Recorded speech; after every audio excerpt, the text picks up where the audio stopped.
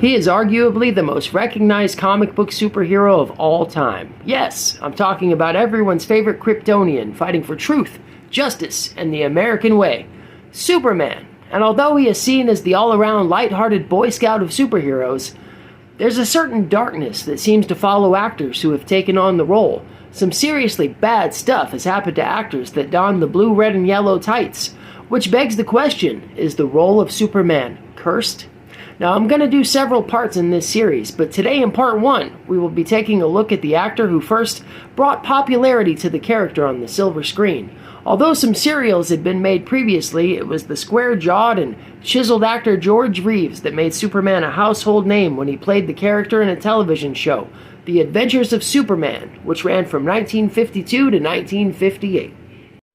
After a 6-year stint as the Man of Steel, and at just 45 years old, The Adventures of Superman came to an end for actor George Reeves. He found himself the victim of typecasting.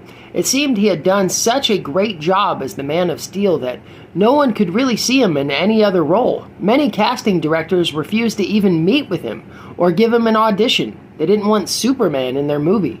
Reeves fell into a deep depression over his lack of work.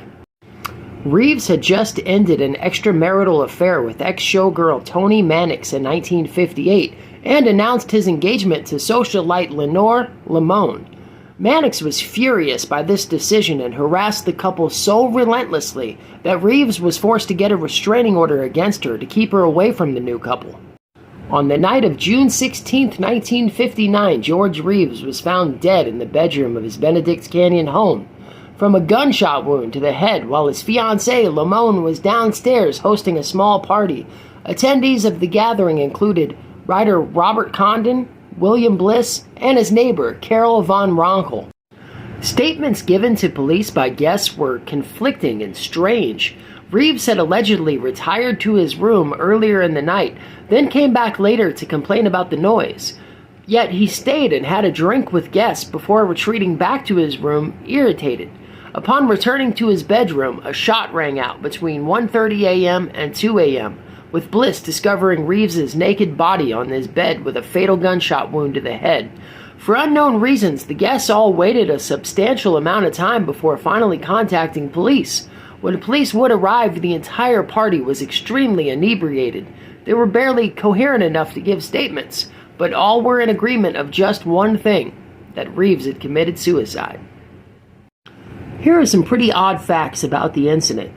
No fingerprints were found on the gun that Reeves was shot with. There was no gunpowder residue on Reeves' hands. There were also 3 bullet holes found in Reeves' room, with the bullet that killed Reeves found lodged in the ceiling. 2 more were found in the floor, under a carpet. The carpet had been deliberately placed on top of the bullet holes. But all witnesses agreed to only hearing 1 shot ring out. For unknown reasons, police did not take crime scene photos, nor did they dust the room for fingerprints before wrapping this investigation and labeling it a suicide. Another interesting fact, when Reeves was retreating to his room in his irritated state, Lenore Lemon was heard saying, "He's probably off to go shoot himself." A moment later, a noise would be heard upstairs. Lemon would then state, "That's probably him retrieving the gun." And finally, a moment after that, the gunshot would be heard. Lemon would proclaim, "There, I told you, he's done it." Lemon would later state that the comments were candid and meant as a joke. It was just a coincidence that these were Reeves' actual movements in time.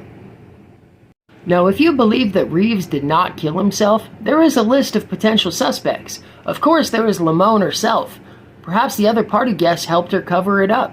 There is also Eddie Lennox, Toni Lennox's husband. He was a bigwig at MGM Studios, and he's said to have potential ties to the mafia. It is quite possible he was real pissed about the extramarital affair that Reeves had previously had with his wife. Reeves' own mother and Superman co-stars were very outspoken, stating that they did not believe Reeves would commit suicide. But what happened to TV's first Superman? The world may never know. What do you guys think? Let me know in the comments. As always, subscribe to Quick Note Conspiracies. We're on Facebook, Instagram, YouTube, and TikTok. And subscribe to my backup page as well. Quick Note Conspiracies 2. That's TOO. Thanks.